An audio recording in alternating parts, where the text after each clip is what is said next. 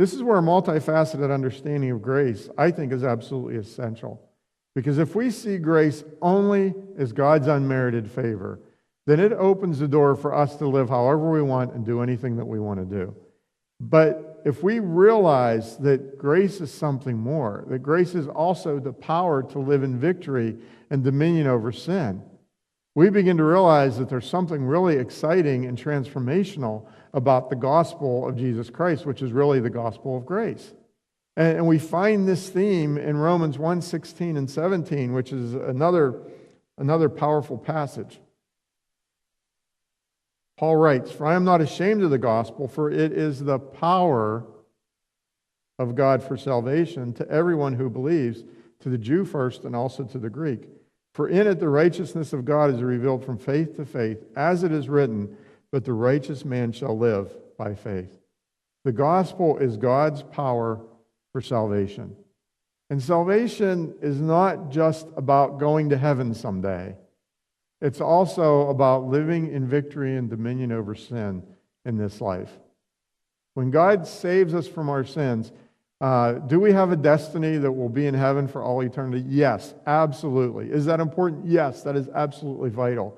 But it is a holistic concept as well, that it's not just about someday down the road, that salvation is something that we enter into now. That as we enter God's kingdom, as we become citizens of His kingdom, His power becomes a part of our lives.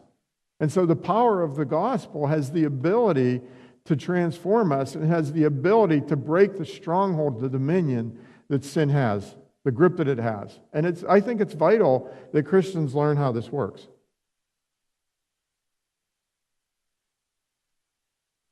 Romans 5:17 is yet another verse that is just, it really gets you thinking. It makes you realize that there's something more to this faith, to this grace sometimes that we allow. It says, "For if by the transgression of the one," meaning Adam, "death reigned through the one, much more, those who receive the abundance of grace and of the gift of righteousness will reign in life through the one, Jesus Christ." And if we look at the context of that passage, we realize that Paul is talking about sin. He's talking about reigning over the dominion of sin. He's talking about sin losing its grip on our lives so that we can live a life that is transformed by God's grace. Now, this passage, when we talk about sin, it refers to what we often call the original sin. The original sin. And what is Paul saying is the key to living in victory over the original sin, or living in victory over sin? It's receiving. Receiving the abundance of grace and the gift of righteousness. Much more, those who receive the abundance of grace and the gift of righteousness. So it doesn't lie within us trying to be better people or getting our act together.